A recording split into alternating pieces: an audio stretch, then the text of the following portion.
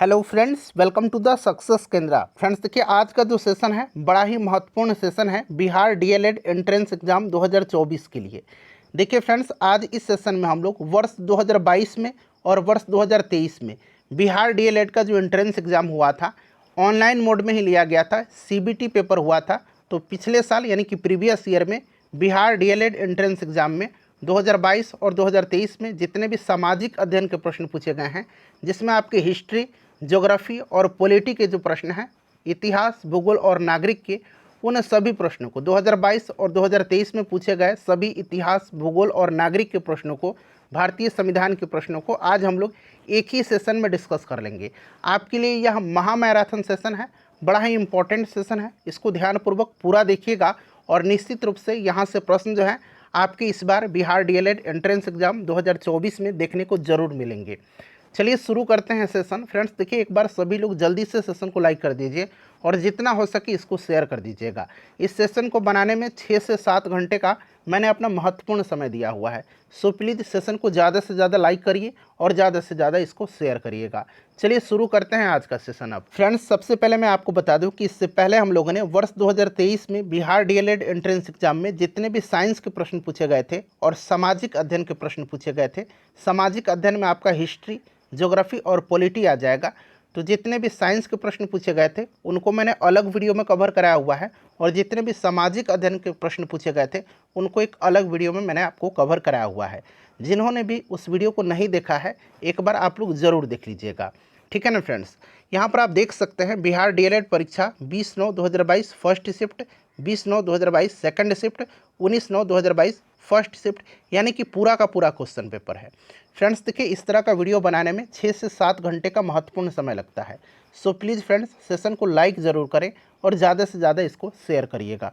जितने भी प्रश्न 2022 और 2023 में बिहार डीएलएड एंट्रेंस एग्जाम में सामाजिक अध्ययन के, जिसमें हिस्ट्री, ज्योग्राफी और पॉलिटी आ जाएगा, उन सभी प्रश्नों को आज मैं आपको एक ही सेशन में कवर करवा दूंगा।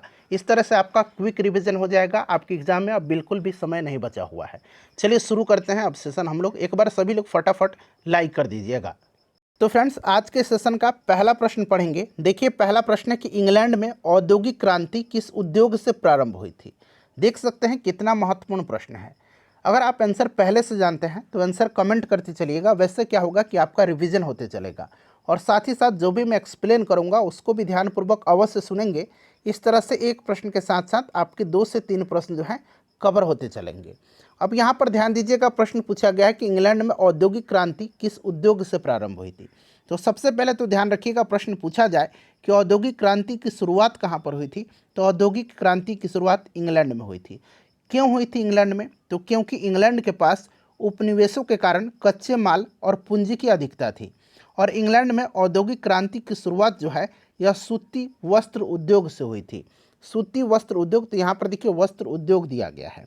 और औद्योगिक क्रांति की दौड़ में, औद्योगिक क्रांति की रेस में जो है इंग्लैंड का प्रतिद्वंदी कौन सा देश था, तो जर्मनी इंग्लैंड का प्रतिद्वंदी था। कौन था, तो जर्मनी था इंग्लैंड का प्रतिद्वंदी औद्योगिक क्रांति की दौड़ में। इसे भी आप साथ साथ ध्यान रखिएगा। चलिए अगला प्रश्न कर लेंगे। नेक्स्ट क्वेश्चन है कि निम्नलिखित पेय फसलों में, ध्यान दीजिएगा यहाँ पर, निम्नलिखित पेय फसलों में भारत दुनिया में अग्रणी उत्पादक और निर्यातक जो है इनमें से किसका है।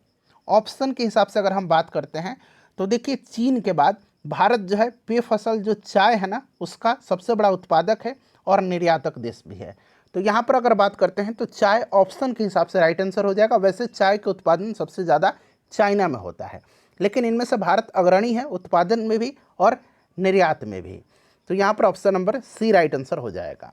चलिए, भारत की वित्तीय राजधानी कौन सी है इनमें से। वित्तीय राजधानी पूछा जा रहा है तो देखिए, भारत की जो वित्तीय राजधानी है ये मुंबई को कहा जाता है। क्यों, क्योंकि यहाँ देश की जो बड़ी बड़ी कंपनियाँ हैं उनका हेडक्वार्टर है, मुख्यालय है, और देश की सबसे पुरानी और सबसे बड़ी जो शेयर मार्केट है वो यहीं पर है, मुंबई में ही है। इसीलिए मुंबई को जो है भारत की वित्तीय राजधानी कहा जाता है। चलिए नेक्स्ट क्वेश्चन कर लेंगे कि भारत में सबसे बड़ी जनजाति कौन सी है। भारत में सबसे बड़ी जनजाति कौन सी है, तो देखिए जनगणना 2011 के अनुसार अगर हम बात करते हैं तो भारत में सबसे बड़ी जो जनजाति है ये भील जनजाति है, ठीक है ना। चलिए नेक्स्ट क्वेश्चन करेंगे कि भोपाल जो आपकी त्रासदी हुई थी उसमें किस गैस का रिसाव हुआ था। तो देखिए फ्रेंड्स, अगर हम बात करते हैं तो ये घटना कब की है, ये भी प्रश्न बन सकता है। तो ये घटना दिसंबर 1984 की है। आप सन याद रखिएगा, 1984 की यह घटना है और यह एक कंपनी थी। कंपनी का नाम है यूनियन कार्बाइड, ठीक है ना, यूनियन कार्बाइड। यहीं पर जो है फ्रेंड्स मिथाइल आइसोसाइनाइड जो है, मिथाइल आइसोसाइनाइड MIC, इसी गैस का रिसाव हुआ था, ठीक है। तो यहाँ पर राइट आंसर हो जाएगा methyl isocyanide, option number C right answer हो जाएगा। चलिए फ्रेंड्स, उसके बाद नेक्स्ट क्वेश्चन करेंगे कि समुद्री मार्ग से विश्व का परिभ्रमण सबसे पहले किसने किया था। अब यहाँ से देखिए 2-3 प्रश्न मैं आपका कवर करवाऊंगा। देखिए फ्रेंड्स, समुद्री मार्ग से संपूर्ण विश्व का चक्कर लगाने वाला जो प्रथम व्यक्ति था ये मैगलन था। कौन था? ये मैगलन था। अच्छा, यहाँ पर देखिए कोलंबस दिया गया है। तो देखिए कोलंबस जो था ना, कोलंबस, इसके बारे में जान लीजिएगा। अमेरिका की खोज क्रिस्टोफर कोलंबस ने किया था। कोलंबस ने किया था अमेरिका की खोज, ठीक है फ्रेंड्स, इसको आप जरूर याद रखिएगा। चलिए नेक्स्ट क्वेश्चन है कि भारत में वन्यजीव संरक्षण अधिनियम कब से लागू हुआ था। यहाँ पर देखिए प्रश्न में पूछा जा रहा है वन्यजीव संरक्षण अधिनियम। यहाँ पर देखिएगा, आप ध्यान दीजिए। सबसे पहले मैं बता देता हूँ वन्यजीव संरक्षण अधिनियम कब से लागू किया गया था। तो ये फ्रेंड्स 1972 से लागू किया गया था, ठीक है। वन्यजीव संरक्षण, क्लियर ना। अच्छा, वन संरक्षण अगर पूछेगा, वन संरक्षण, ये तो वन्य जीव है, केवल वन संरक्षण अधिनियम पूछेगा तो ये कब लागू किया गया था। तो वन संरक्षण अधिनियम कब लागू हुआ था बताइए? 1980 में, 1980 में वन संरक्षण अधिनियम, ठीक है, 1980 में।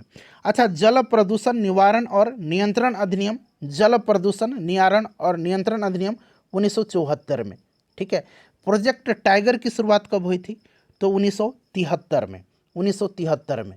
प्रोजेक्ट एलिफेंट की शुरुआत 1992 में। तो ये सब आप याद रखिएगा फ्रेंड्स, प्रश्न कहीं से भी बन सकता है। चलिए, सेशन पसंद आ रहा है तो एक बार सभी लोग प्लीज़ लाइक कर दीजिए। देखिए, जयप्रकाश नारायण अंतर्राष्ट्रीय हवाई अड्डा बिहार के किस शहर में स्थित है? जयप्रकाश नारायण अंतर्राष्ट्रीय हवाई अड्डा जो है ये बिहार के किस शहर में स्थित है?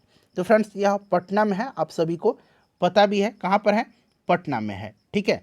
चलिए, अगला प्रश्न है कि इनमें से कौन जो है लोकतंत्र को मजबूती प्रदान नहीं करता है। प्रश्न में देखिए नहीं पूछा गया है, सभी ऑप्शन को एक बार देख लीजिए, ठीक है। लोकतंत्र को मजबूती प्रदान नहीं करता है। चलिए, तो यहाँ पर देखिएगा विविधताओं का राजनीति पर प्रभाव, ठीक है। ये बिल्कुल आपका विविधताओं का राजनीतिक पर प्रभाव, विविधताओं में सामंजस्य का अभाव और संघर्ष, यही इसका राइट आंसर हो जाएगा, ठीक है। जो कि आपको प्रश्न में पूछा गया है कि लोकतंत्र को मजबूती प्रदान नहीं करता है, विविधताओं में सामंजस्य का अभाव और संघर्ष। अगर सामंजस्य रहेगा, चूंकि भारत विविधताओं का देश है, अगर यहाँ पर सामंजस्य है विविधताओं में तो निश्चित रूप से ये हमारे लोकतंत्र के लिए बहुत ही अच्छी बात होगी। तो ऑप्शन नंबर यहाँ पर आपका सी राइट आंसर हो जाएगा, ठीक है। विविधताओं में सामंजस्य का अभाव और संघर्ष लोकतंत्र को मजबूती प्रदान नहीं करता है। चलिए, बाकी सभी यहाँ पर आपके सही हैं, ये आपके मजबूती प्रदान करते हैं बिल्कुल लोकतंत्र के। देखिए फ्रेंड्स, अगला प्रश्न है कि मुद्रण की जो तकनीक है ये सबसे पहले कौन से 3 देशों में आई थी? मुद्रण की जो तकनीक है ये सबसे पहले आपके कौन से 3 देशों में आई थी? तो ये चाइना, जापान और कोरिया में आई थी, ठीक है। तो यहाँ पर देखिएगा चाइना, जापान और कोरिया, ऑप्शन नंबर ए यहाँ पर राइट आंसर हो जाएगा। नेक्स्ट क्वेश्चन है कि विविध खेती जो है ये क्या है? विविध खेती जो है ये क्या है? तो विविध खेती जो है यह क्या है फ्रेंड्स? यह बहुप्रकारीय खेती है, यानी कि खेती का एक प्रकार है, ठीक है। खेती का यह प्रकार है। तो यहाँ पर ऑप्शन नंबर यहाँ पर ए जो होगा राइट आंसर हो जाएगा इसका। विविध खेती जो है ये क्या है फ्रेंड्स? तो ये खेती का प्रकार है, विविध खेती, ठीक है। चलिए, तो यहाँ पर राइट आंसर इसका ऑप्शन नंबर ए हो जाएगा। नेक्स्ट क्वेश्चन कर लेंगे। अगला प्रश्न है हमारा कि भारत में पहला जल विद्युत संयंत्र कहाँ लगाया गया था? भारत में पहला जल विद्युत संयंत्र जो है यह कहाँ पर लगाया गया था? तो पहला जो लगाया गया था ये 1897 में, 1897 में जो है ये दार्जिलिंग पश्चिम बंगाल में लगाया गया था, ठीक है ना। उसके बाद 1902 में कर्नाटक के शिव समुद्रम में कावेरी नदी के तट पर जो है दूसरा जल विद्युत संयंत्र बनाया गया था, पहला दार्जिलिंग में, ठीक है ना। चलिए, उसके बाद देखिएगा कि भारतीय संविधान की किस धारा के अंतर्गत आदिवासियों को कमजोर वर्ग का स्थान दिया गया है? किस धारा के अंतर्गत? चलिए बताएंगे सभी लोग, इसका आंसर क्या होगा? तो फ्रेंड्स देखिए, भारतीय संविधान का जो आर्टिकल अनुच्छेद 342 है ना, 342, इसी के अंतर्गत आदिवासियों को कमजोर वर्ग का स्थान दिया गया है। 352, 356 और 360 ये आपातकाल से संबंधित है। 352 में राष्ट्रीय आपातकाल है, 356 में राज्यों में राष्ट्रपति शासन है और 360 में वित्तीय आपातकाल है। ये सब आप ध्यान रखिएगा। चलो उसके बाद देखिए, भाखड़ा नांगल परियोजना किस नदी पर स्थित है? भाखड़ा नांगल परियोजना जो है ये किस नदी पर स्थित है? तो फ्रेंड्स यह सतलज नदी पर है और इससे लाभान्वित राज्य जो है ये पंजाब, हरियाणा, हिमाचल प्रदेश और राजस्थान है। सतलज राइट आंसर हो जाएगा। नेक्स्ट क्वेश्चन है हमारा कि मापनी क्या है? बताएंगे मापनी क्या है फ्रेंड्स? मापनी क्या है? मानचित्र में प्रदर्शित किन्हीं दो बिंदुओं के बीच की दूरी तथा उन बिंदुओं के बीच की धरातल पर वास्तविक दूरी के मध्य के अनुपात को उस मानचित्र की मापनी कहा जाता है। तो यहाँ पर अनुपात यहाँ पर राइट आंसर हो जाएगा। ठीक है ना, दो बिंदुओं के बीच की दूरी और उन बिंदुओं के बीच की धरातल पर वास्तविक दूरी के मध्य के अनुपात को मानचित्र की मापनी कहा जाता है। चलिए उसके बाद देखिएगा कि बिहार में राज्यपाल विधान परिषद के कितने सदस्यों को मनोनीत करता है? तो किसी भी राज्य की बात करते हैं तो विधान परिषद की कितने सदस्यों को राज्यपाल मनोनीत करता है? बिहार में अगर बात करते हैं तो विधान परिषद की टोटल 75 सीट है, विधानसभा की 243 सीट है। ये दो चीज़ आप पहले याद कर लीजिए। ठीक है, प्रश्न यहाँ से बनता है। 1/6 भाग का जो सदस्य होता है, ठीक है, राज्यपाल जो है उनको मनोनीत करता है जिनको कि साहित्य, कला, विज्ञान, सहकारिता आंदोलन या सामाजिक सेवा के संबंध में विशेष ज्ञान हो। ठीक है, चलिए फ्रेंड्स उसके बाद नेक्स्ट क्वेश्चन है कि लोकतंत्र के सामने सबसे बड़ी चुनौती क्या है? लोकतंत्र के सामने सबसे बड़ी चुनौती जो है ये क्या है? तो सबसे बड़ी चुनौती तो खुद को सशक्त बनाना है, यानी कि लोकतंत्र को सशक्त बनाना है। ऑप्शन नंबर यहाँ पर सी बिल्कुल राइट आंसर हो जाएगा। ठीक है, चलिए उसके बाद देखिएगा कि पंचायती राज का वर्णन संविधान के किस अनुच्छेद में किया गया है? ग्राम पंचायत का संगठन का जो वर्णन है यह आपकी राज्य के जो नीति निर्देशक तत्व का आर्टिकल 40 है उसी में दिया गया है, अनुच्छेद 40। ये क्वेश्चन बड़ा इंपॉर्टेंट है। ठीक है, इसको आप जरूर ही फ्रेंड्स ध्यान रखिएगा, बहुत ही इंपॉर्टेंट है। चलिए उसके बाद देखिएगा कि खनिज निम्नलिखित में से किस चट्टान के स्तरों में संग्रहित और जमा होते हैं? सोच समझ करके इसको कमेंट करिएगा इसका आंसर। चलिए तो फ्रेंड्स ये जमा होते हैं तलछट्टी चट्टान में। किस चट्टान में? तलछट्टी चट्टान में। ठीक है ना, सेडिमेंट्री रॉक्स आपने पढ़ा होगा, तलछट्टी चट्टान यहाँ पर राइट आंसर हो जाएगा। सारे के सारे प्रश्न फ्रेंड्स इंपॉर्टेंट हैं। ठीक है ना, चलो उसके बाद देखिएगा कि समानता, स्वतंत्रता और बंधुत्व किस क्रांति का नारा है? मोस्ट इंपॉर्टेंट क्वेश्चन है। समानता, स्वतंत्रता और बंधुत्व जो है ये किस क्रांति की नारा है? तो फ्रेंड्स यह फ्रांस की क्रांति की देन है। फ्रांस की राज्य क्रांति हुई थी कब? तो 1789 में फ्रांस की क्रांति हुई थी। ठीक है, और उस समय फ्रांस में सामंतवादी व्यवस्था थी और उस समय शासक कौन था? तो फ्रेंड्स इसे भी आप ध्यान रख सकते हैं।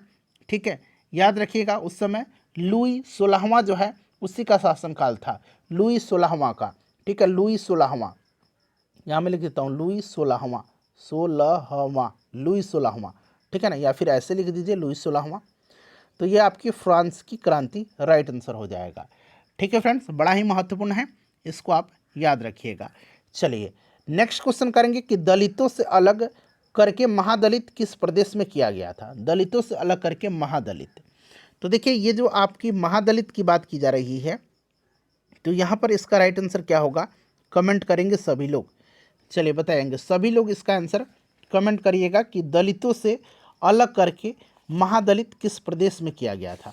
तो ये सिंपल सा बात है, ये आपका बिहार राज्य ही इसका आंसर होगा, लेकिन इसके बारे में आप थोड़ा सा जान लीजिएगा। देखिए फ्रेंड्स, यहाँ पर अगर हम बात करते हैं तो बिहार में दलितों से अलग करके महादलित किया गया था। बिहार में पासवान जाति को महादलित में शामिल करने के बाद दलित में कोई विशेष जाति नहीं रह गया है। ठीक है ना, तो इस चीज़ को आप ध्यान रखिएगा। राइट आंसर यहाँ पर आपका ऑप्शन नंबर सी हो जाएगा। अगला प्रश्न करेंगे कि 2011 की जनगणना के अनुसार भारत की कितने प्रतिशत आबादी द्वितीयक कार्यों में लगी हुई है? अब यहाँ पर तो है इस प्रश्न में थोड़ा सा मुझे ही संदेह है, क्योंकि देखिए फ्रेंड्स 2011 की जनगणना के अनुसार अगर हम बात करते हैं तो द्वितीयक कार्यों में जो है, द्वितीयक कार्यों में जितनी आबादी लगी हुई है वो मेरे हिसाब से 24% के आसपास है, 24% के आसपास में है, 24% के। लेकिन यहाँ पर इसका आंसर जो दिया गया है ये आपका 13% दिया गया है। ऑप्शन के हिसाब से यहाँ पर 13% दिया गया है, ठीक है ना। तो एक बार आप लोग भी इसको एक बार चेक करिएगा, ठीक है ना। चलिए अगला प्रश्न कर लेंगे कि भारत का कुल क्षेत्रफल लाख वर्ग किलोमीटर में कितना है। अच्छा, बिहार का क्षेत्रफल कितना है, तो बिहार का क्षेत्रफल 94,163 वर्ग किलोमीटर है, ठीक है, 94,163 वर्ग किलोमीटर। यहाँ पर भारत का क्षेत्रफल पूछा गया है, तो भारत का क्षेत्रफल जो है ये आपका 32,87,263 है, 32,87,263 वर्ग किलोमीटर है, ठीक है। तो यहाँ पर देखिए 32.87 दिया गया है, तो option number A right answer हो जाएगा, ठीक है फ्रेंड्स, बड़ा ही इंपॉर्टेंट है, ध्यान रखिएगा। देखिए वर्नाक्यूलर प्रेस एक्ट किस वायसराय के समय में पारित हुआ था। वर्नाक्यूलर प्रेस एक्ट को पारित किसने किया था, तो फ्रेंड्स यह लॉर्ड लिटन ने किया था। लॉर्ड लिटन ने किया था 1878 में, लॉर्ड लिटन ने, और इसको निरस्त किया था लॉर्ड रिपन ने, इसको निरस्त किया था लॉर्ड रिपन ने, ठीक है। लॉर्ड रिपन जो है इसको भारत में स्थानीय स्वशासन का जनक भी कहा जाता है। बंगाल का विभाजन लॉर्ड कर्जन के समय में हुआ था 1905 में, ठीक है। चलिए फ्रेंड्स, उसके बाद देखिएगा कि राज्यसभा के सदस्य का कार्यकाल कितने वर्ष का होता है। यहाँ ध्यान से देखिएगा, राज्यसभा के सदस्य का कार्यकाल, कभी कभी क्या करेगा कि राज्यसभा का कार्यकाल इस तरह से पूछ देगा और ऑप्शन में कोई नहीं दे देगा, ठीक है ना, क्योंकि राज्यसभा एक अस्थायी सदन है, कभी भी भंग नहीं होती है, इसलिए इनमें से कोई नहीं लगाइएगा। लेकिन यहाँ पर प्रश्न में राज्यसभा के सदस्य का कार्यकाल तो ये 6 वर्ष का होता है। लोकसभा के सदस्य का कार्यकाल पूछेगा तो लोकसभा का 5 वर्ष का होता है, विधानसभा का भी 5 वर्ष होता है, ये सब चीज़ आप पहले से भी जानते हैं। चलिए फ्रेंड्स, और देखिए लोकसभा के जो आपके राज्यसभा के जो सदस्य हैं ये 1/3 सदस्य प्रत्येक 2 वर्ष पर सेवानिवृत्त होते हैं, यह भी आप ध्यान रखिएगा। चलिए, बागमती परियोजना बिहार के किस जिले में स्थित है। बागमती परियोजना जो है यह बिहार के किस जिले में स्थित है, तो फ्रेंड्स यह आपके सीतामढ़ी में है। सीतामढ़ी यहाँ पर राइट आंसर हो जाएगा, सीतामढ़ी करेक्ट आंसर हो जाएगा, ठीक है, बागमती परियोजना। चलिए, गंडक पूछेगा तो कहाँ पर, पश्चिम चंपारण में। गुजरात में कहाँ सौर ऊर्जा का आधुनिक संयंत्र लगाया जा रहा है। गुजरात में कहाँ पर सौर ऊर्जा का आधुनिक संयंत्र लगाया गया है, तो गुजरात का जो कच्छ जिला है वहीं पर सौर ऊर्जा का आधुनिक संयंत्र लगाया जा रहा है। और यहाँ देश की सबसे बड़ी जो बिजली उत्पादक कंपनी है एनटीपीसी, इसी ने अगले 10 वर्षों में गैर पारंपरिक ऊर्जा स्रोतों से 60,000 मेगावाट बिजली उत्पादन का लक्ष्य रखा है, ठीक है। तो यहाँ पर राइट आंसर हो जाएगा आपका कच्छ, राइट आंसर हो जाएगा। चलिए, निम्नलिखित में से कौन भारत में वाणिज्यिक फसल है। यहाँ पर वाणिज्यिक फसल पूछा जा रहा है, बताइए राइट आंसर इसका क्या हो जाएगा। करेक्ट आंसर यहाँ पर वाणिज्यिक फसल पूछा जा रहा है।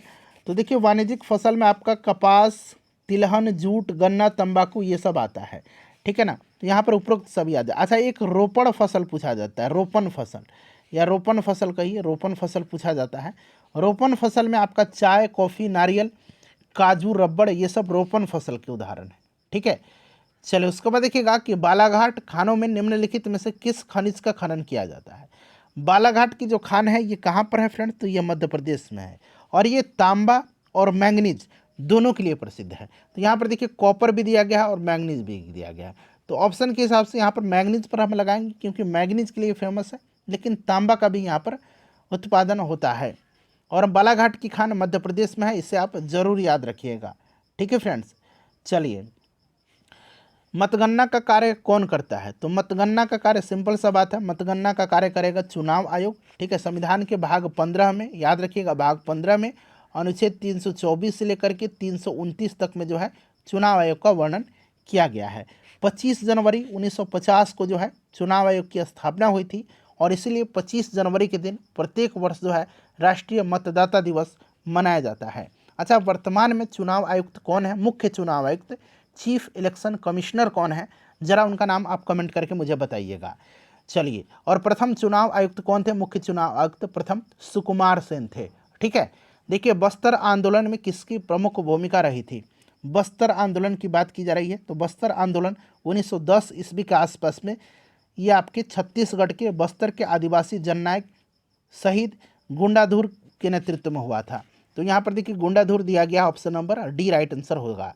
भारतीय संविधान में मौलिक कर्तव्य किस देश से लिया गया। अच्छा, मौलिक कर्तव्य पूछा गया, मौलिक अधिकार पूछता तो ये अमेरिका से लिया गया है, और मौलिक अधिकार जो है भाग 3 में है, अनुच्छेद 12 से 35 तक में, यहाँ पर मौलिक कर्तव्य पूछा गया है, तो ये भाग 4A के अनुच्छेद 51A के अंतर्गत इसको रखा गया है।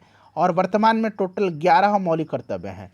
और मौलिक कर्तव्य को रूस से लिया गया है सरदार स्वर्ण सिंह समिति की अनुशंसा पर, जो आपका 42वां संविधान संशोधन था 1976 में, उसके द्वारा जो है संविधान के भाग 4A के अनुच्छेद 51A में मौलिक कर्तव्य को रखा गया है। ठीक है, चलिए अगला प्रश्न है कि निम्नलिखित में से कौन उद्योग सार्वजनिक क्षेत्र के अंतर्गत आता है? कौन सा उद्योग जो है इसमें से सार्वजनिक क्षेत्र के अंतर्गत आता है? चलिए बताइए राइट आंसर क्या हो जाएगा। राइट आंसर इसका क्या होगा? सभी लोग आंसर कमेंट करिएगा कि इसमें से कौन सा उद्योग जो है आपका सार्वजनिक क्षेत्र के अंतर्गत आता है। तो इसमें से आपका बोकारो जो स्टील प्लांट है, बोकारो लौह इस्पात उद्योग, यहीं आएगा। ठीक है ना, बोकारो स्टील प्लांट यहाँ पर राइट आंसर सार्वजनिक क्षेत्र के अंतर्गत बोकारो स्टील प्लांट। ठीक है, बाकी ये प्राइवेट है, ये आपके सार्वजनिक क्षेत्र का है। प्रसिद्ध इतावली क्रांतिकारी ग्यूसेप मैज़नी का जन्म जो है ये कहाँ पर 1807 में हुआ था? तो ग्यूसेप मैज़नी का जन्म जो है ये कहाँ पर हुआ था फ्रेंड्स? तो फ्रेंड्स इसका जन्म हुआ था जेनेवा में। ठीक है ना, यहाँ पर याद रखिएगा 1807 में, तो यहाँ पर जेनेवा राइट आंसर हो जाएगा मेरे हिसाब से, जेनेवा। ठीक है, चुआर विद्रोह कब हुआ था? चुआर विद्रोह जो है ये हुआ था कब? चुआर विद्रोह, तो देखिए चुआर विद्रोह जो हुआ था फ्रेंड्स ये 1769 में हुआ था। ठीक है, और यह आंदोलन 1805 तक चला था। 1769 से स्टार्टिंग और 1805 तक चला था। याद रखिएगा, ये झारखंड के जो आदिवासी समूह थे रघुनाथ महतो के नेतृत्व में ईस्ट इंडिया कंपनी के खिलाफ शुरू किया गया था। चलिए नेक्स्ट क्वेश्चन है हमारा कि भारत में लोकतंत्र की सफलता की सबसे बड़ी बाधा क्या है? सबसे बड़ी बाधा यहाँ पर जो है मेरे हिसाब से अशिक्षा है, गरीबी है और मतदान का जो दुरुपयोग है। अभी चुनाव शुरू भी होने वाला है, मांस मदिरा का सेवन होगा और जब तक अकल आएगी तब तक चिड़िया उड़ गई होगी। ठीक है ना, तो इन सब का प्रयोग होता है और ये हमारी लोकतंत्र की सफलता में सबसे बड़ी बाधा है। तो ऑप्शन डी राइट आंसर होगा। 1917 में भारत में पहली जूट मिल किस शहर में खुली थी? सबसे इम्पॉर्टेंट क्वेश्चन है आपके एग्ज़ाम के दृष्टिकोण से फ्रेंड्स। सभी लोग इसका आंसर कमेंट करिएगा कि ये जो आपकी जूट मिल है 1917 में भारत में पहली जूट मिल, यह किस जगह पर खुली थी? तो फ्रेंड्स ये आपकी कलकत्ता यहाँ पर राइट आंसर हो जाएगा। कहाँ पर? कलकत्ता में। ठीक है, इसको आप याद रखिएगा, कलकत्ता यहाँ पर करेक्ट आंसर होगा। चलिए उसके बाद देखिएगा कि इसे विकसित होने में लगभग 1 वर्ष का समय लगता है। कौन सी फसल है जिसको विकसित होने में 1 वर्ष का समय लगता है? चलिए सभी लोग आंसर कमेंट करिएगा कि इसका करेक्ट आंसर क्या होगा। सभी लोग आंसर कमेंट करिएगा कि कौन सी फसल है जिसको विकसित होने में 1 वर्ष का समय लगेगा। तो मेरे हिसाब से फ्रेंड्स यहाँ पर गन्ना राइट आंसर होगा। यहाँ पर देखिएगा गन्ना यहाँ पर करेक्ट आंसर हो जाएगा, ऑप्शन नंबर बी। देखिए विश्व की कितनी प्रतिशत जनसंख्या भारत में रहती है? विश्व की कितनी प्रतिशत जनसंख्या जो है ये भारत में रहती है? चलिए सभी लोग आंसर कमेंट करिएगा कि विश्व की कितनी प्रतिशत जनसंख्या जो है ये भारत में रहती है। सभी लोग इसका आंसर कमेंट करिए, राइट आंसर इसका क्या होगा? तो राइट आंसर मेरे हिसाब से इसका 17.5% होगा। ठीक है ना, तो यहाँ पर देखिए 17.59% दिया गया है। ठीक है, 17.59% यहाँ पर इसका राइट आंसर होगा। ठीक है फ्रेंड्स, 17.59% यहाँ पर correct answer option number A हो जाएगा। चलिए उसके बाद नेक्स्ट क्वेश्चन कर लेंगे। अगला प्रश्न है हमारा, देखिए नेक्स्ट क्वेश्चन है कि भारत में कोयले का सर्वप्रमुख उत्पादक राज्य कौन सा है? सर्वप्रमुख उत्पादक राज्य भारत में कोयले का। तो देखिए फ्रेंड्स, अगर हम नया रिपोर्ट की बात करते हैं तो उत्पादक में सबसे जो है ये आपकी जो मेजर कोल प्रोड्यूसिंग स्टेट है वो उड़ीसा होना चाहिए, क्योंकि मैं अभी आपका लास्ट दिसंबर 2023 का आंकड़ा बता रहा हूँ। कोल मिनिस्ट्री के द्वारा, मिनिस्ट्री ऑफ कोल के द्वारा जारी किया गया था। उसमें उड़ीसा, फिर छत्तीसगढ़, फिर झारखंड, मध्य प्रदेश, तेलंगाना, महाराष्ट्र और फिर पश्चिम बंगाल है। ये क्रम मैंने आपको बताया है। तो उत्पादक में जो है आपके उड़ीसा होना चाहिए और स्टोर करने में झारखंड है। ठीक है ना, इसको आप लोग सुधार लीजिएगा एक बार। आप लोगों को याद होगा कि झारखंड है, बहुत लोग कहेंगे छत्तीसगढ़ है। ठीक है, देखिए मानचित्र में नीले रंग जो है, नीले रंग के द्वारा किस भाग को दिखाया जाता है? नीला रंग। नीला रंग जो है ये मानचित्र पर जल निकाय को दर्शाता है। किसको दर्शाता है? जल निकाय को दर्शाता है नीला रंग। ठीक है, तो यहाँ पर जल राइट आंसर हो जाएगा। और भी रंग मैं आपको बता दे रहा हूँ। देखिए नीला रंग का इस्तेमाल हो गया जल निकाय, भूरा रंग जो है ये पर्वत को दर्शाएगा, ठीक है। पीला रंग जो है, पीला रंग पठार को दर्शाएगा। हरा रंग जो है ये मैदान को दर्शाता है। तो यहाँ से 4 प्रश्न मैंने आपका कवर करा दिया, ठीक है। चलो उसके बाद देखिएगा कि प्रथम विश्व युद्ध का तात्कालिक कारण क्या था। प्रथम विश्व युद्ध की शुरुआत 1914 में हुई थी और ये चला था युद्ध 1918 तक। ये तो आपको याद होगा 1914 से 18 तक चला था। और इसका तात्कालिक कारण ऑस्ट्रिया के राजकुमार फर्डिनेंड की बोस्निया की राजधानी सराजेवो में हत्या, ठीक है ना। तो यहाँ पर देखिएगा इसका जो राइट आंसर हो जाएगा वो आपका हो जाएगा ऑस्ट्रिया के युवराज फर्डिनेंड की हत्या बोस्निया की राजधानी सराजेवो में, ठीक है। ऑप्शन ए यहाँ, ऑप्शन सी यहाँ पर राइट आंसर होगा, ठीक है। चलिए अंतर्राष्ट्रीय मुद्रा कोष यानी कि इंटरनेशनल मॉनेटरी फंड का मुख्यालय कहाँ पर है।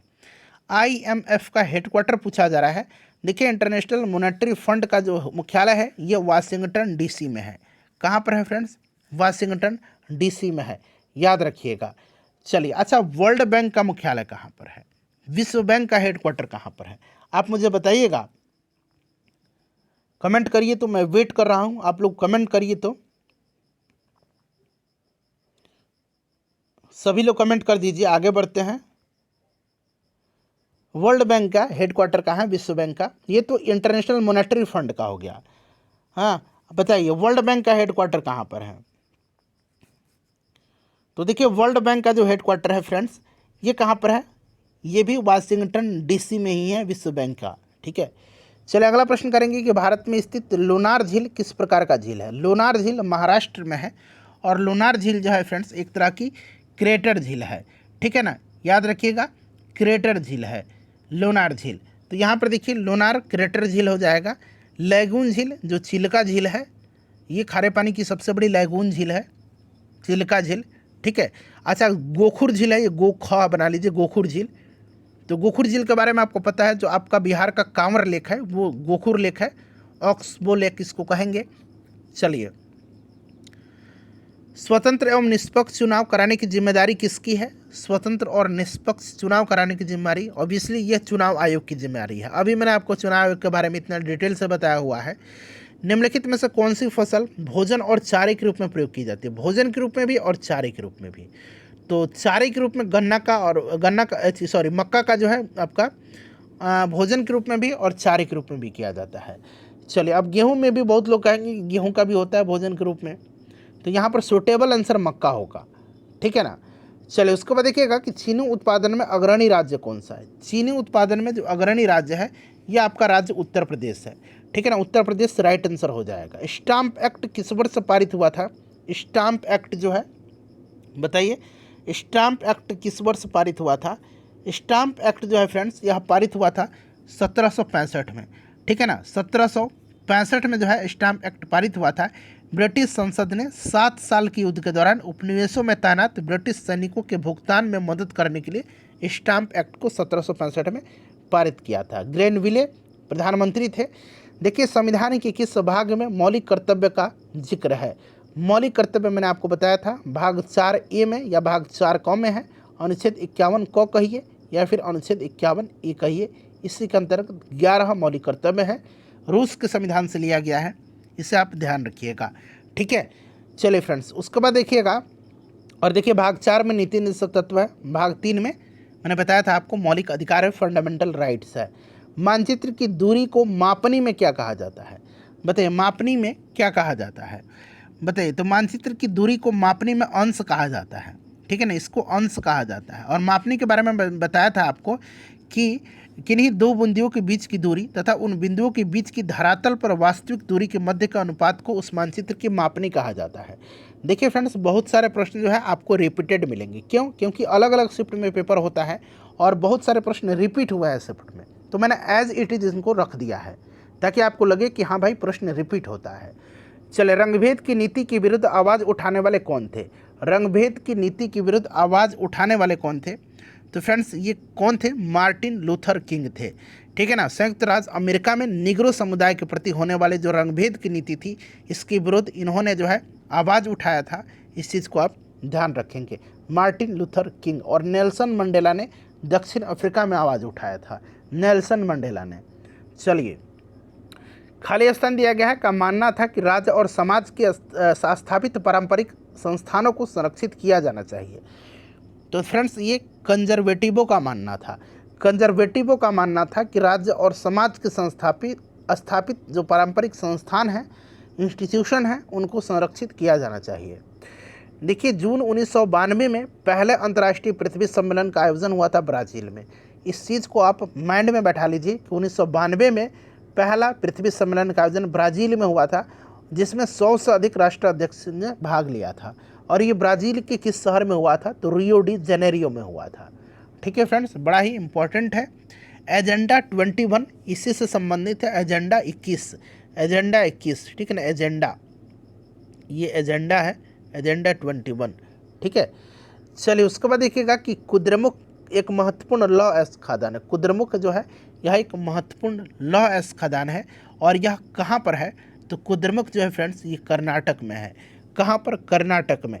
इम्पॉर्टेंट है, याद रखिएगा, कर्नाटक में है। ठीक है। इनमें से कौन कोल विद्रोह में शामिल था? कोल विद्रोह पूछा गया है। कोल विद्रोह में शामिल जो थे ये बुधो भगत थे। ठीक है ना। बुधो भगत यहाँ पर देखिए दिया गया है, बुध भगत, तो इनको बुधो भगत बना लीजिए। ऑप्शन सी राइट आंसर हो जाएगा। मुंडा विद्रोह में बिरसा मुंडा थे। संथाल विद्रोह की बात करते हैं तो सिद्धू कानो थे। सिद्धू कानो, चांद भैरव, ये भाई थे संथाल विद्रोह में। ठीक है। राष्ट्रीय पिछड़ा वर्ग आयोग NCBC को संवैधानिक दर्जा कब प्राप्त हुआ था? राष्ट्रीय पिछड़ा आयोग को संवैधानिक दर्जा जो है 102वें संविधान संशोधन अधिनियम के द्वारा संविधान के 338B में जोड़ करके आयोग को संवैधानिक दर्जा 2018 में दिया गया था। ठीक है। चलिए फ्रेंड्स, अगला प्रश्न है कि रॉलेट कानून किस उद्देश्य से लाया गया था? रॉलेट कानून किस उद्देश्य से लाया गया था? तो रॉलेट कानून को 19 मार्च 1919 को लागू किया गया था और इस कानून का उद्देश्य क्रांतिकारी गतिविधियों पर अंकुश लगाने के लिए लाया गया था।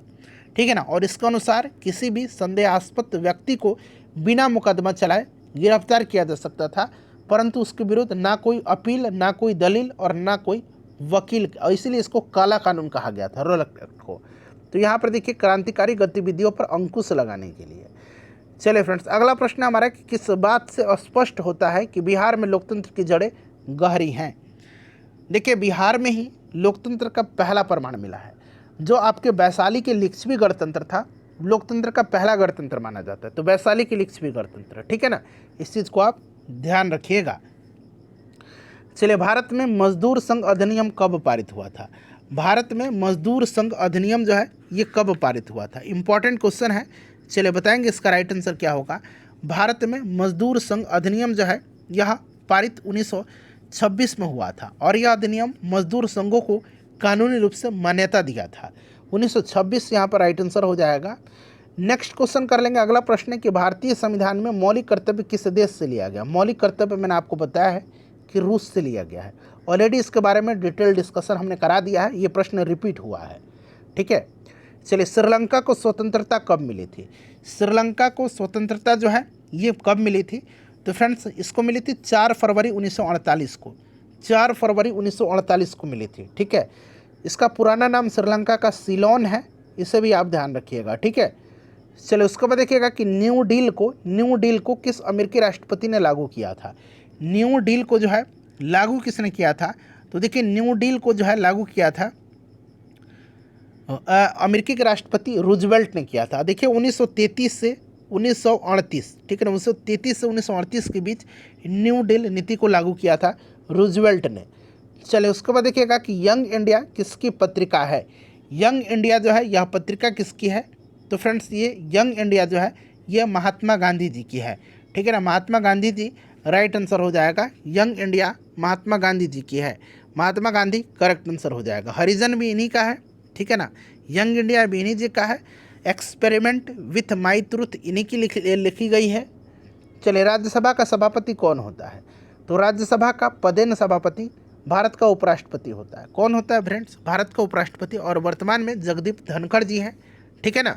चलिए, निम्नलिखित में से कौन सा उम्र समूह कार्यशील जनसंख्या है? कार्यशील जनसंख्या इसमें से कौन सा उम्र समूह है? तो 15 से लेकर के 59 वर्ष माना जाता है। यहाँ 15 से लेकर के 60 वर्ष दिया गया है। ठीक है ना, तो इस चीज़ को आप ध्यान रखिएगा। देखिए यूएनओ को, यहाँ अंग्रेजी में लिख देता हूँ, यूएनओ को किस वर्ष नोबेल शांति पुरस्कार से सम्मानित किया गया था? संयुक्त राष्ट्र संघ को।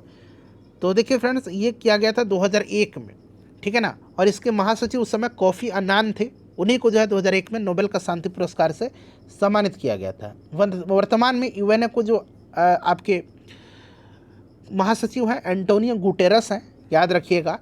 चलिए, निम्नलिखित में से कौन सी एक फसल जो है खाद्य फसल नहीं है? खाद्य फसल इसमें से नहीं है, तो बिल्कुल चावल, गेहूं, मक्का खाद्य फसल है। कपास जो है यह खाद्य फसल नहीं है, ठीक है। चलिए, बिहार में सर्वप्रथम नगर निगम की स्थापना कहाँ पर की गई थी? तो बिहार में सर्वप्रथम नगर निगम की स्थापना जो है यह किया गया था 15 अगस्त 1952 को पटना में, 1952 को पटना में किया गया था, ठीक है। धुआंधार जलप्रपात जो है ये किस नदी पर है? धुआंधार जलप्रपात जो है यह नर्मदा नदी पर है। किस नदी पर है फ्रेंड्स? नर्मदा नदी पर है धुआंधार जलप्रपात, ठीक है। चलो, उसके बाद देखिएगा कि एक व्यक्ति, एक साम्राज्य और एक नेता का नारा किसने दिया था? एक व्यक्ति, एक साम्राज्य और एक नेता का नारा हिटलर ने दिया था। हिटलर जर्मनी का तानाशाह था और नाजी पार्टी का नेता था, ठीक है ना। चलिए, तो ये हिटलर राइट आंसर हो जाएगा। नेक्स्ट क्वेश्चन है कि बाघ परियोजना की शुरुआत, तो मैंने स्टार्टिंग में ही डिस्कशन में बताया था आपको कि प्रोजेक्ट टाइगर की शुरुआत 1973 में किया गया था, ठीक है। प्रोजेक्ट एलिफेंट 1992, याद रखिएगा। निम्नलिखित में से कौन एक डेयरी पशु नहीं है? डेयरी पशु नहीं है, तो भैंस डेयरी है, गाय भी है, बकरी भी है, ऊँट इसमें से डेयरी पशु नहीं है, ठीक है फ्रेंड्स, इसको आप ध्यान रखिएगा। चलिए, दुधारू पशु कह सकते हैं डेयरी पशु को। इनमें से कौन परिवहन का मार्ग नहीं है? तो सड़क, जल, वायु है, पर्वत शिखर परिवहन मार्ग नहीं है। संपूर्ण क्रांति का उद्देश्य क्या था? देखिए, संपूर्ण क्रांति का उद्देश्य निर्वाचित सरकार को बदलना था, यानी जो उस समय इंदिरा गांधी जी की सरकार थी, इंदिरा गांधी प्रधानमंत्री थी, उन्हीं को सत्ता से उखाड़ फेंकना था। और जयप्रकाश नारायण जी ने 1974 में जो है संपूर्ण क्रांति शुरू किया था, 1974 में। तो निर्वाचित सरकार को बदलना राइट आंसर हो जाएगा। किस वर्ष हिटलर ने वर्साई की संधि को अस्वीकार किया था? जो वर्साई की संधि थी, आपको भी अच्छे तरीके से याद होगा वर्साई की संधि के बारे में। देखिए, वर्साई की संधि हुई थी 28 जून 1919 को। वर्साई की संधि हुई थी कब? 28 जून 1919 को। और वर्साई की संधि को आरोपित संधि भी कहा जाता है, और यह जर्मनी के साथ एक बेहद अपमानजनक संधि थी, ठीक है ना। और कहा जाता है कि जो वर्साई की संधि थी उसी में द्वितीय विश्व युद्ध का बीजारोपण किया गया था, ठीक है। और वर्साई की संधि को जो जर्मनी का तानाशाह था हिटलर ने, पूछा गया है कि कब अस्वीकार किया था? तो 1935-36 में जो है इसने इसको अस्वीकार किया था, ठीक है फ्रेंड्स। तो इसे भी आप साथ साथ ध्यान रखेंगे। यहाँ पर 1935 दिया गया है, तो राइट आंसर यहाँ पर आपका 1935 करेक्ट आंसर हो जाएगा, ठीक है। 1935-36 में आप याद रखिएगा। चलिए, तो ऑप्शन नंबर यहाँ पर बी राइट आंसर हो जाएगा। देखिए, समुद्री मार्ग से विश्व का परिभ्रमण सबसे पहले किसने किया था? आप देख सकते हैं ये प्रश्न रिपीट हुआ है, और मैंने आपको बताया था कि मैगलन जो था इसी ने किया था। तो यहाँ पर देखिए मैगलन करेक्ट आंसर हो जाएगा, मैगलन करेक्ट आंसर हो जाएगा।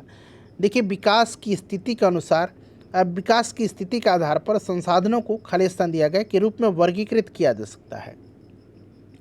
बताइए राइट आंसर इसका क्या होगा? विकास की स्थिति के आधार पर जो है संसाधनों को 4 समूह में, संभावित, विकसित, भंडार यानी कि स्टॉक, और आरक्षित यानी कि रिजर्व, ठीक है ना, इनमें इनको जो है वर्गीकृत किया गया है।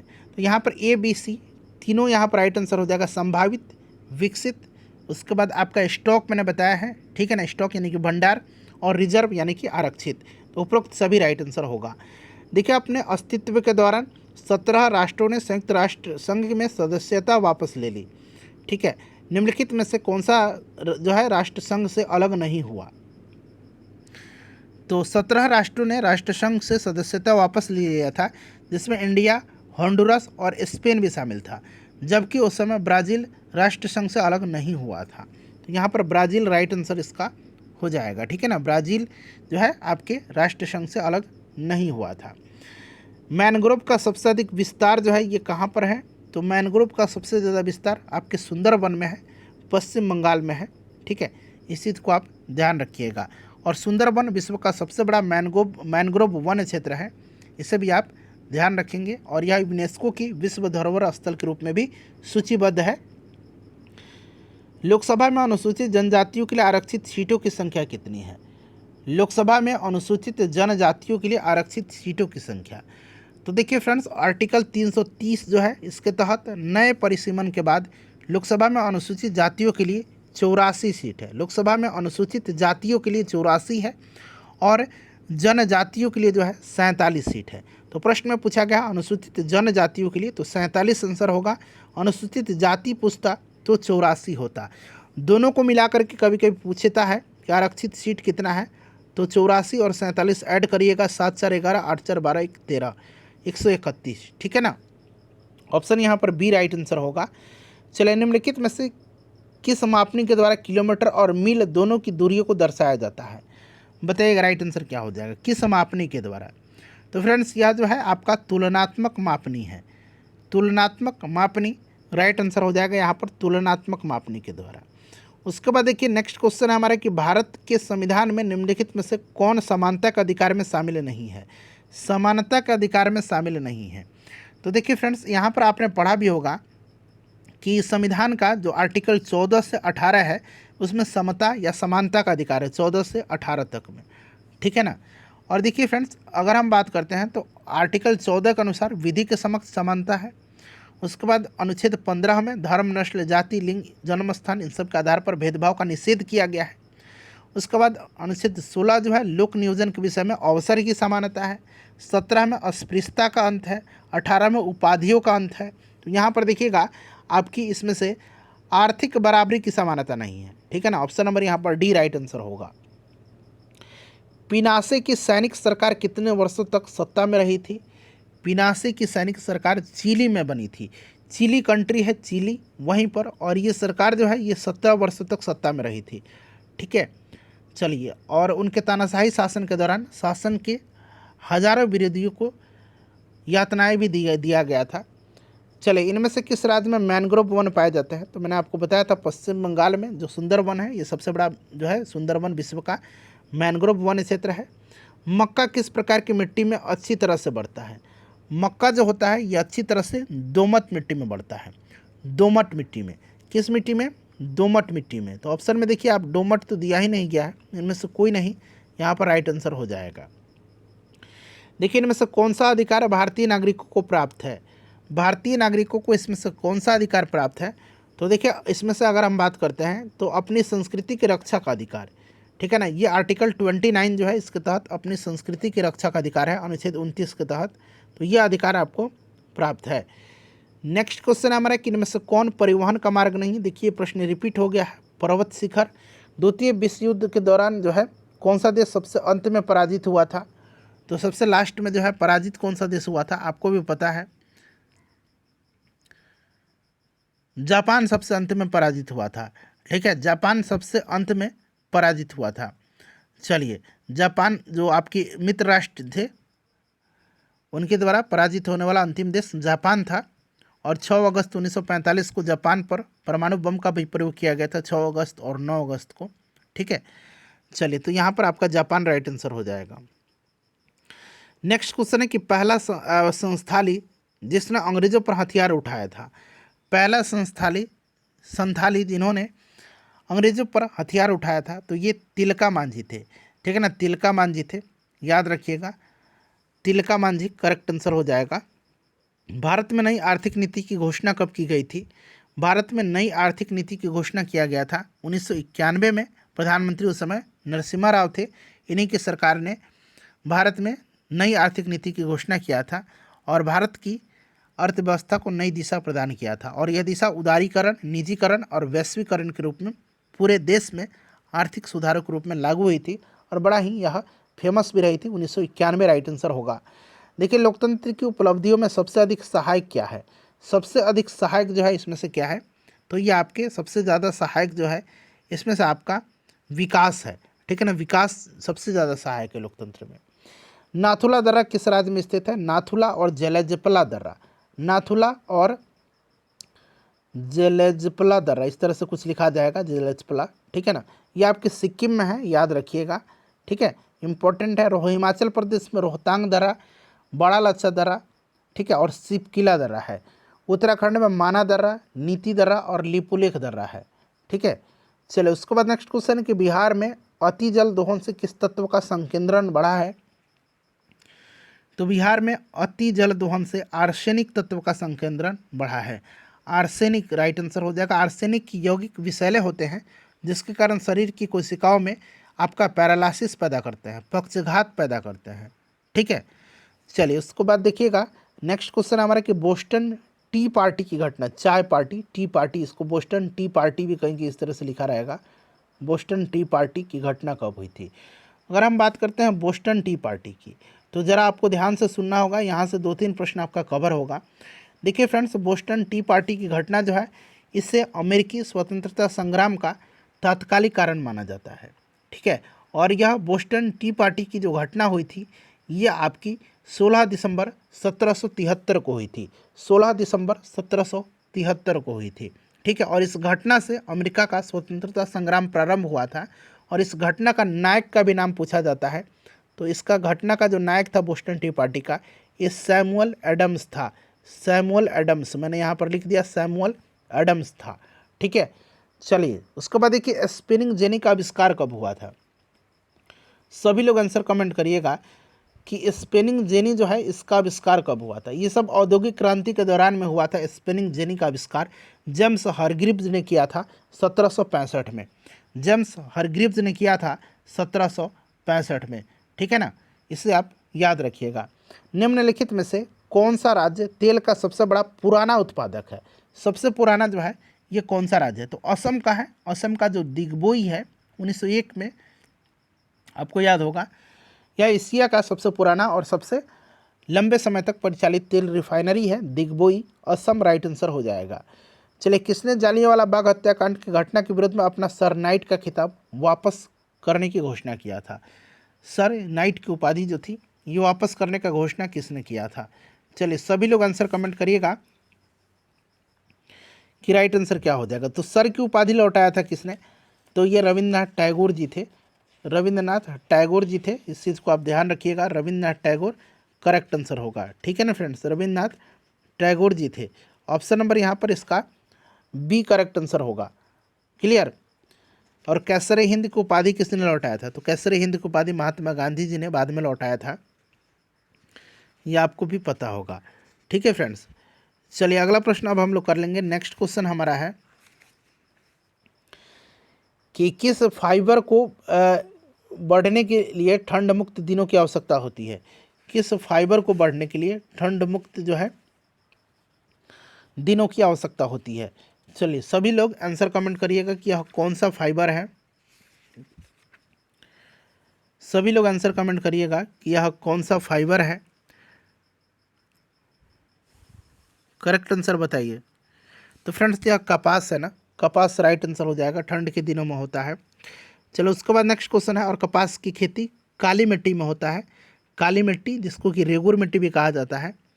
चलो उसके बाद देखिएगा कि भारत के किस राज्य में सौर ऊर्जा का विकास की सर्वाधिक संभावनाएं हैं। सौर ऊर्जा विकास की सर्वाधिक संभावना जो है ये राजस्थान में है। कहाँ पर है। राजस्थान में, ध्यान रखिएगा राजस्थान में है, ठीक है। लोकतंत्र की सफलता की एक शर्त, एक आवश्यक शर्त क्या है। आवश्यक शर्त, तो लोकतंत्र में अगर आस्था है यही सबसे पहला आवश्यक शर्त है, ठीक है। चलिए विश्व बैंक का मुख्यालय यहाँ पर पूछ लिया गया है, जो मैंने आपको बताया था कि विश्व बैंक का मुख्यालय कहाँ पर है, वाशिंगटन डीसी में है, ठीक है। विश्व बैंक की याद रखिएगा। और अजय बंगा जो है ये विश्व बैंक के अध्यक्ष हैं, अभी भारतीय मूल के हैं अजय बंगा। देखिए विकास की स्थिति के आधार पर संसाधनों को किस रूप में वर्गीकृत किया गया है। तो संभावित, विकसित, स्टॉक और रिजर्व, मैंने आपको बताया था। उपरोक्त सभी रिपीटेड प्रश्न है यह। इनमें से कोल विद्रोह में शामिल था, तो बूधो भगत थे कोल विद्रोह में, मैंने आपको बताया था। हुगली औद्योगिक प्रदेश का केंद्र है। हुगली औद्योगिक प्रदेश का केंद्र है। बताइए राइट आंसर इसका क्या हो जाएगा। ये सब प्रश्न रिपीट हुआ था, जो भी दोबारा आपको मिल रहा है ना वो नेक्स्ट शिफ्ट में रिपीट हुआ था। तो फ्रेंड्स ये कोलकाता हावड़ा राइट आंसर हो जाएगा, कोलकाता हावड़ा ऑप्शन डी, ठीक है। चलिए उसके बाद देखिए कौन सा मौलिक अधिकार के उपयोग का उदाहरण नहीं है। इसमें से नहीं पूछा गया है। बताइए राइट आंसर यहाँ पर क्या हो जाएगा। तो बच्चों द्वारा माँ बाप की संपत्ति विरासत में पाना, यह मौलिक अधिकार का उदाहरण नहीं है। बच्चों द्वारा माँ बाप की जो आपकी संपत्ति है यह आपका राइट आंसर हो जाएगा। और ये तो बिल्कुल आपका मौलिक अधिकार, आप कह सकते हैं। कहीं भी जाकर के आप काम कर सकते हैं, पूरे देश में कहीं भी निवास कर सकते हैं, किसी भी स्कूल में आप पढ़ सकते हैं, कोई भी संस्थान चला सकते हैं, ठीक है। गौरवपूर्ण क्रांति, इसको कहा जाता है अंग्रेजी में ग्लोरियस रिवॉल्यूशन, ठीक है। गौरवशाली क्रांति भी आपको मिलेगा, गौरवपूर्ण क्रांति भी मिलेगा। और यह 1688 में हुआ था, इसे भी आप याद रखिएगा, ये बड़ा महत्वपूर्ण है। गौरवपूर्ण क्रांति, ग्लोरियस रिवॉल्यूशन, इंग्लैंड में हुआ था, ठीक है फ्रेंड्स। और उस समय इंग्लैंड का शासक जेम्स द्वितीय था, जेम्स द्वितीय, ठीक है। चलिए उसके बाद देखिएगा कि अच्छा, गुलाबों का युद्ध भी इंग्लैंड में ही हुआ था, वार ऑफ रोजेज। मानचित्र में नीले रंग देखिए आ गया ना, नीला रंग बताया था मैंने आपको, जल निकाय को दर्शाता है। पूरा डिटेल में आपको सब कुछ बताया था मैंने। निम्न सदन कौन सा है?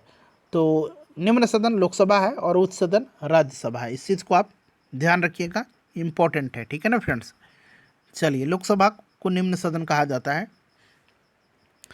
और हमारी जो संसद है ये राज्यसभा, लोकसभा और राष्ट्रपति से मिलकर के बनी हुई है। चलिए, ऊपरी सिलेसिया जर्मन और पोल्स दोनों द्वारा आबादी वाला क्षेत्र था। राष्ट्रसंघ ने जर्मनी और पोलैंड के बीच अपर सिलेसिया के मुद्दे का समाधान कैसे किया? बताइए, राइट आंसर क्या होगा इसका? वर्ल्ड हिस्ट्री का क्वेश्चन है, करेक्ट आंसर इसका क्या होगा? तो देखिए फ्रेंड्स, ये हुआ था, राष्ट्रसंघ ने जर्मनी और पोलैंड के बीच जो अपर सिलेसिया था, इसके समाधान जो प्रांत था उसको विभाजित करके किया था, ठीक है। राष्ट्रसंघ के द्वारा आयोजित जनमत संग्रह 1921 में आयोजित किया गया था और राष्ट्रसंघ ने जर्मनी और जो पोलैंड का था उसको विभाजित करके किया था। तो यहाँ पर क्षेत्र को विभाजित करके, ठीक है, प्रांत को विभाजित करके। सर्वप्रथम मानसून शब्द किस देश के नाविकों द्वारा प्रयोग किया गया था? तो मानसून शब्द जो है ये आपके अरबी नाविक थे, हिप्पोलस ने किया था। हिप्पोलस, हिप्पोलस, अरबी नाविक हिप्पोलस ने किया था। हिप्पोलस, आधा प है ये, पूरा प ल स, हिप्पोलस, ठीक है। चलिए फ्रेंड्स, नेक्स्ट क्वेश्चन अब हम लोग करेंगे। अगला प्रश्न है कि श्रीलंका की राजधानी कहाँ है? श्रीलंका की राजधानी जो है, अभी वर्तमान की बात करते हैं तो ये आपका जयवर्धनापुरा कोटे है, ठीक है ना। श्री जयवर्धनापुरा कोटे, याद रखिएगा। चलिए, सरहुल किनका पर्व है? सरहुल जो है ये पर्व मनाता है कौन? तो ये झारखंड के जनजातीय क्षेत्र में मनाया जाता है और यह मुंडा, भूमिज और हो, इन सब जनजाति के द्वारा मनाया जाता है। मुंडा यहाँ पर दिया गया है। राज्य पुनर्गठन आयोग की स्थापना पूछा गया। राज्य पुनर्गठन आयोग की स्थापना 1953 में जो है, 1953 में राज्य पुनर्गठन आयोग की स्थापना हुई थी और राज्य पुनर्गठन अधिनियम 1956 में पास किया गया था। आयोग 1953 में और अधिनियम 1956 में, इस चीज़ को आप याद रखिएगा, ठीक है। भाषाई आधार पर गठित पहला राज्य आंध्र प्रदेश था। भरतपुर पक्षी अभयारण्य जो है ये आपके कहाँ पर स्थित है? भरतपुर पक्षी अभयारण्य ये राजस्थान में है। कहाँ पर? राजस्थान में। चलिए, उसके बाद देखिएगा निम्नलिखित में से कौन सा एक अपतटीय तेल क्षेत्र है? अपतटीय तेल क्षेत्र इसमें से कौन सा है? तो फ्रेंड्स, ये आपका मुंबई हाई क्षेत्र है, ठीक है ना। मुंबई हाई पश्चिमी तट से 176 किलोमीटर दूर पर स्थित एक अपतटीय तेल क्षेत्र मुंबई हाई। अंकलेश्वर गुजरात में है, दिग्बोई असम में है, ठीक है। इंग्लैंड में गौरवपूर्ण क्रांति कब हुई थी? सन मैंने आपको बताया था 1688 में। कहाँ पर हुई थी गौरवशाली क्रांति? इंग्लैंड में हुई थी। भारत में श्वेत क्रांति के पिता के रूप में किसे जाना जाता है? श्वेत क्रांति दुग्ध उत्पादन से संबंधित है और इसके जनक के रूप में जाना जाता है वर्गीस कुरियन को, ठीक है। एम एस स्वामीनाथन को ग्रीन रिवॉल्यूशन के रूप में जाना जाता है, हरित क्रांति के जनक के रूप में, ठीक है ना। चलिए, सामाजिक अनुबंध, अंग्रेजी में इस पुस्तक का नाम है सोशल कॉन्ट्रैक्ट। सामाजिक अनुबंध हिंदी में और सोशल कॉन्ट्रैक्ट अंग्रेजी में। किसकी रचना है सोशल कॉन्ट्रैक्ट, सामाजिक अनुबंध? तो ये रूसो की रचना है। किसकी रचना है फ्रेंड्स? याद रखिएगा, रूसो की रचना है, ठीक है। तो यहाँ पर देखिए रूसो राइट आंसर हो जाएगा। चलिए, उसके बाद नेक्स्ट क्वेश्चन है हमारा कि भारत के संविधान के अनुसार निम्नलिखित में से कौन स्वतंत्रता का अधिकार में शामिल नहीं है? नहीं पूछा गया है, बताइएगा राइट आंसर क्या हो जाएगा? तो सशस्त्र धारण करने की स्वतंत्रता, ये बिल्कुल नहीं है, ठीक है ना। ऐसा नहीं आप हथियार लेकर के घूमें। बाकी अभिव्यक्ति की स्वतंत्रता है, संगठन बनाने की भी है, शांतिपूर्वक आपका जो है विरोध प्रदर्शन करने का भी अधिकार है, किसी भी काम को आप कर सकते हैं कहीं भी देश में कहीं भी जा कर के। चलिए, उसके बाद देखिएगा कि अखिल भारतीय किसान सभा का गठन कब और कहाँ हुआ था?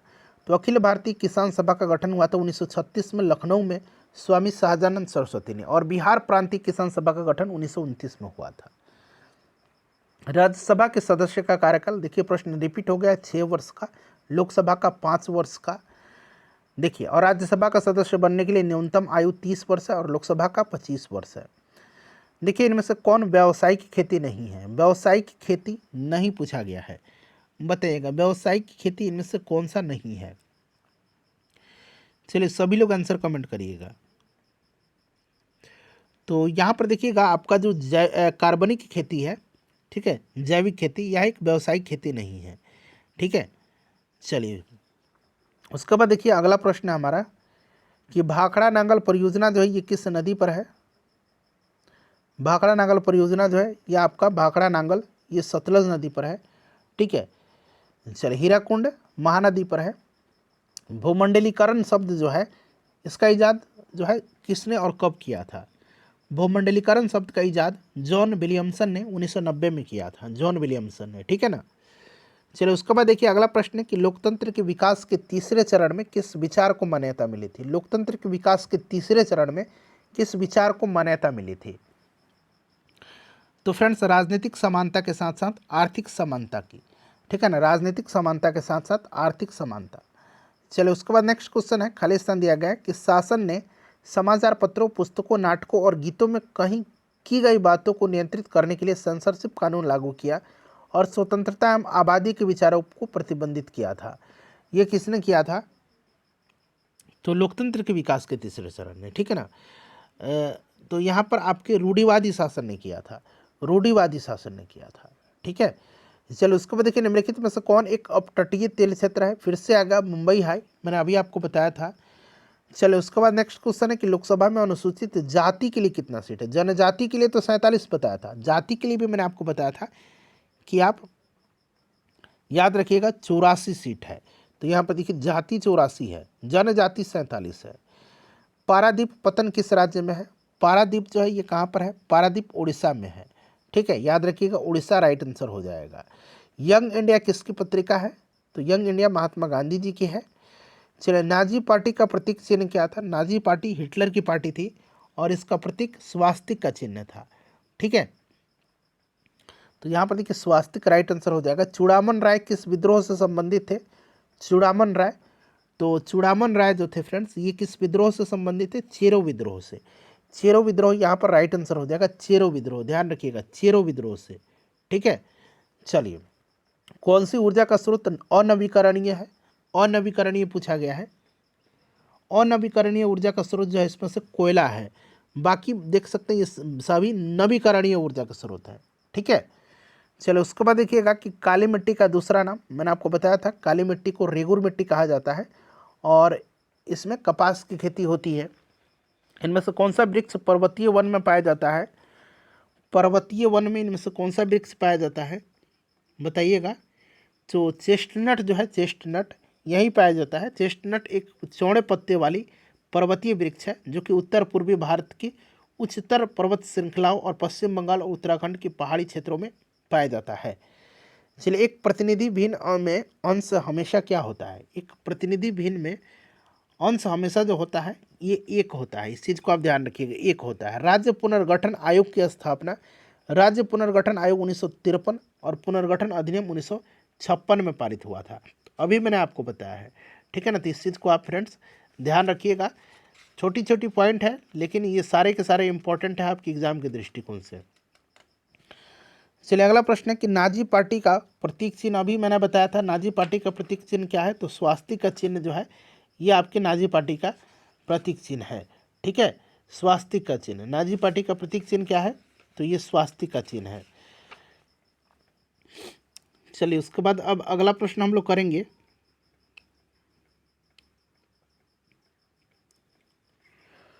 तो ये यहाँ पर देखिए स्वास्तिक हो जाएगा। निम्न में से कौन सी फसल बाजरे ग्रुप की नहीं है? बाजरे ग्रुप की नहीं है ये पूछा गया है, बाजरे ग्रुप की नहीं है कौन सी फसल?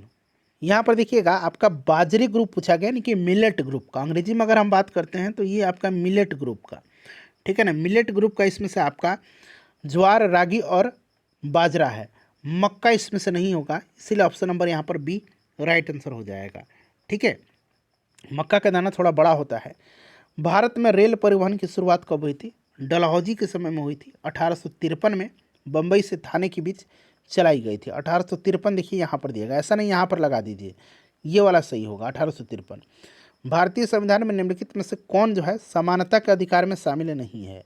समानता का तो आर्थिक बराबरी, ये भी प्रश्न देखिए रिपीट हुआ है। किस संधि के द्वारा अमेरिकी स्वतंत्रता संग्राम को मान्यता मिली थी? किस संधि के द्वारा? तो ये पेरिस की संधि थी।